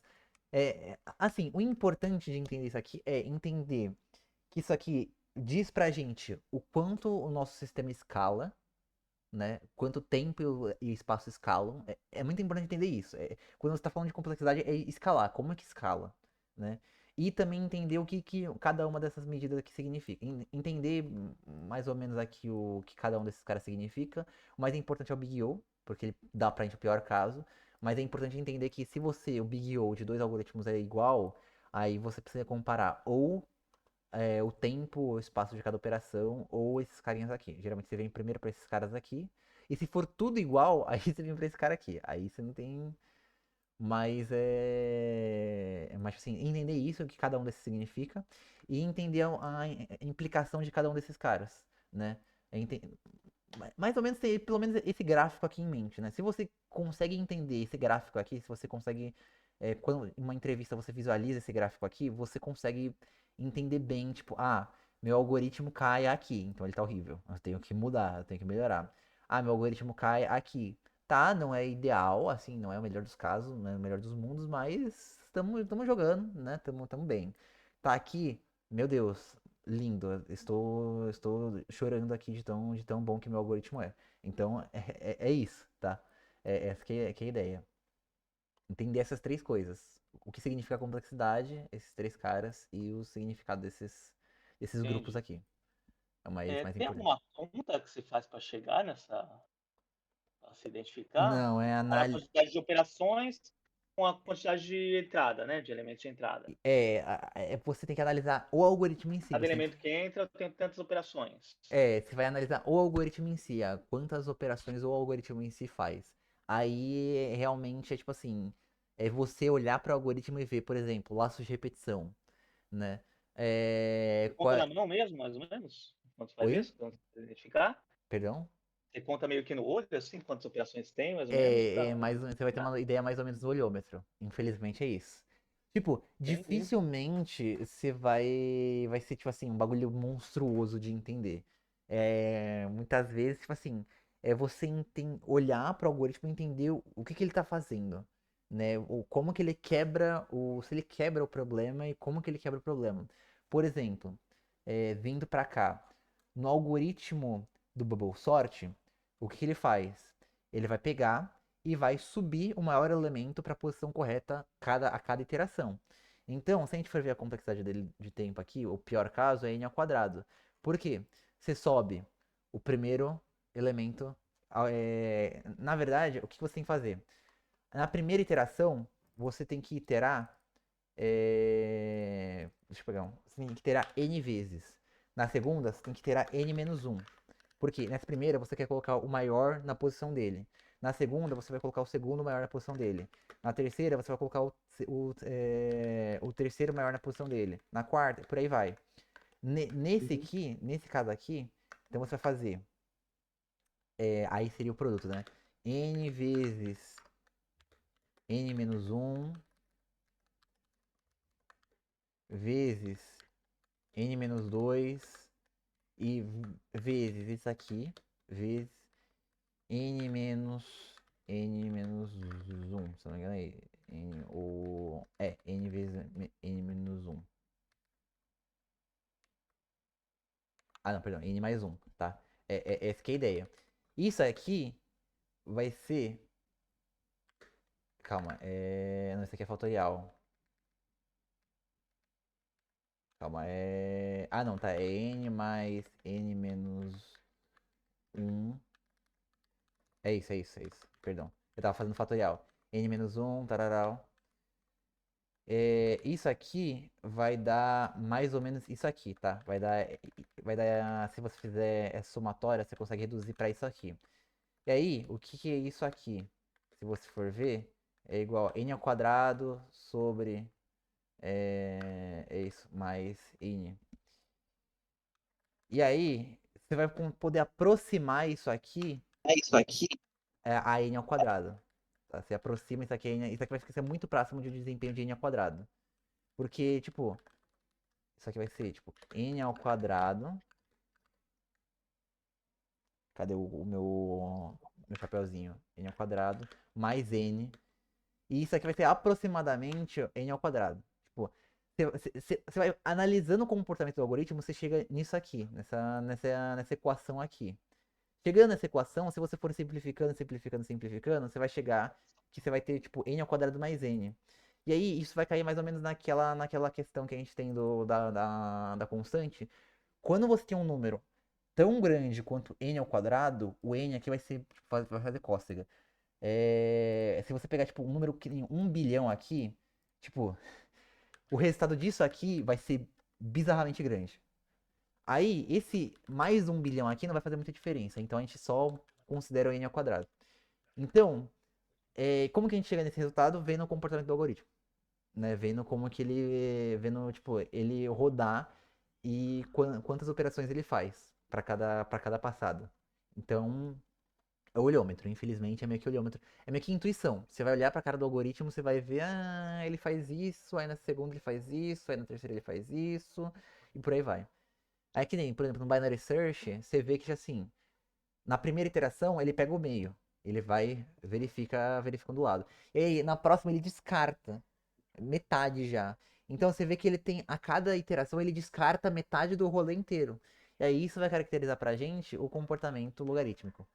Então é realmente vendo, tipo, entendendo mais ou menos a matemática do algoritmo, entende?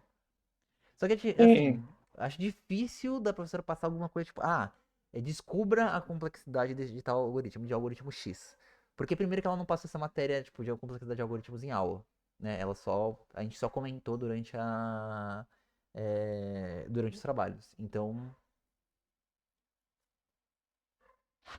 acho que a gente não precisa se preocupar tanto em decorar isso aqui, pelo menos não por enquanto.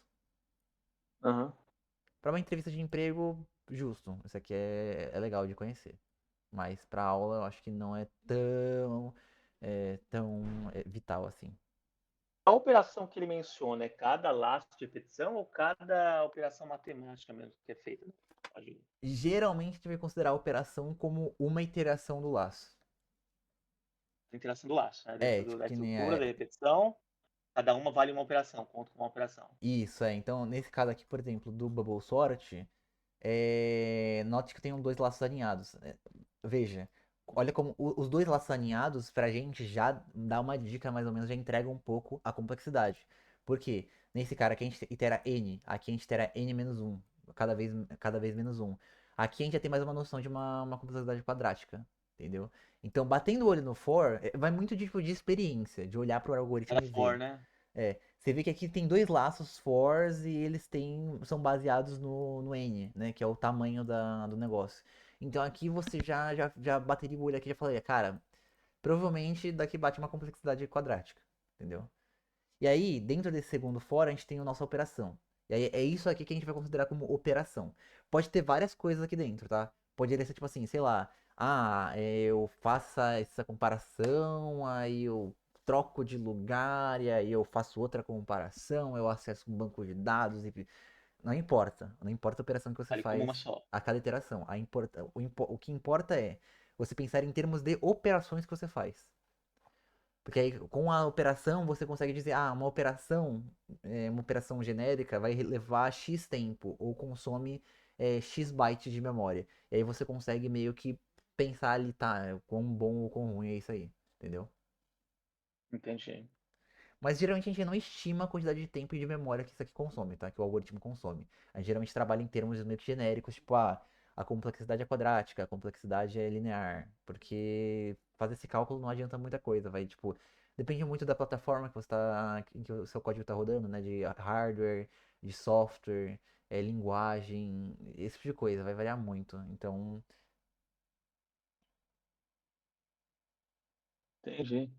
mas é isso. Em relação a essa parte de complexidade, tudo certo? Sim. Beleza. E aí tem a questão da complexidade de cada um dos algoritmos, né? O Bubble Sort, o Selection Sort não. O Selection Sort é outro que eu documentei, mas sem necessidade. O Insertion Sort, o Shell Sort e o Quick Sort, todos eles são. O Quick Sort não, mas esses três primeiros aqui eles são bem ruins. Em geral, assim, pelo menos no pior caso. No pior caso, eles são quadráticos. Então eles são bem ruinzinhos. Aí no melhor tempo, no otimista, vai dar complexidade linear, né? Então eles são relativamente rápidos no melhor tempo. O problema é que dificilmente a gente pega o melhor caso, né? O melhor caso geralmente é quando eles são já ordenados. Então, É. tipo, meio meh. Mas tipo, o Bubble Sort, o Insertion Sort e o Shell Sort, eles são algoritmos mais básicos, eles são relativamente simples de implementar. O Bubble Sort e o Insertion Sort principalmente. O Shell Sort, ele não é difícil de implementar. Se você olha ele visualmente, ele fica fácil assim, de se implementar. Assim, ele fica mais intuitivo. O Radix. O Radix ele é interessante por causa que ele, tipo assim, ele bate a complexidade linear, né? No caso é uma multiplicação aqui. Mas por quê? Porque ele trabalha com um cenário muito específico, com um tipo de dado muito específico, né? Então ele consegue atingir isso aqui que é, tipo, excelente. Isso aqui cai mais ou menos, tipo, nisso aqui. Depende muito, vai depender muito do D e do N. Mas ele é um pouquinho pior que isso aqui, tá? Então é. Mas, tipo, principalmente para quantidades pequenas de dígitos, tipo assim, que tem números. Números é 10 dígitos. Isso aqui vai cair nesse caso aqui. Então esse cara é bem rápido, bem rápido, bem rápido. É... Aí, em geral, a maioria dos algoritmos também tem complexidade você faz eles em place. Então, a maioria deles vai ter uma complexidade de espaço constante, ou seja, você não precisa. Se a quantidade de espaço é importante, né? Complexidade constante não significa que você faz em tempo, tipo assim, 1 segundo, ou 1 microsegundo, ou 1 nanosegundo, foda-se. Mas não é que você faz em 1 segundo cravado. É que você faz sempre tomando aquele mesmo tempo, sempre tomando aquele mesmo espaço.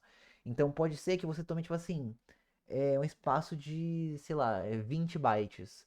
Mas independente do tamanho do seu array, vai ser sempre esses 20 bytes que você vai ter que alocar. Então tipo, é esquecível. Entende? Então, a maioria dos algoritmos aqui que a gente vê, tem uma complexidade de espaço constante, então ele é bem otimizado em relação a isso. É, o Radic Sort que ele precisa do espaço auxiliar para os buckets, né? Para aqueles baldes e para o array auxiliar também. O Quicksort, ele cai, o pior caso dele, ele cai para complexidade quadrática, mas o legal dele é que o caso médio, dele, que é o caso que geralmente acontece, a maioria dos casos, é n log de n. E a escolha do pivô, ele influencia muito nesse cara aqui. Então, se você escolher um pivô bom, dificilmente vai cair nesse caso. Então, esse é um algoritmo, em geral, no caso médio, né, que é o caso mais que acontece mais, esse algoritmo é excelente. N log de N, assim, em comparação em... Então, Opa. mas o que acontece? O HIP, ele tem N log de N em todos os casos. Então, é que o problema do hip é espaço, né? Por que que... Qual que é o problema do hip sort? O problema do hip sort é do merge sort. O hip sort e o merge sort, ambos têm complexidade n log de n em todos os casos. Então, tipo assim, ambos teoricamente batem no quicksort. Aí vai depender muito, tipo assim, de tempo de. Aí vai cair naquele que eu falei, tipo assim, como todos eles têm um tempo médio muito bom, aí a gente vai cair nessa análise de operações, tá? Aí nesse caso aqui, os três eles se surram por espaço e por operações. E aí geralmente você pega o quicksort por quê? Espaço. Log de n, no pior caso, n. O merge sort, geralmente vai pegar n. O heap sort, geralmente pega log de n. Então você vai fazer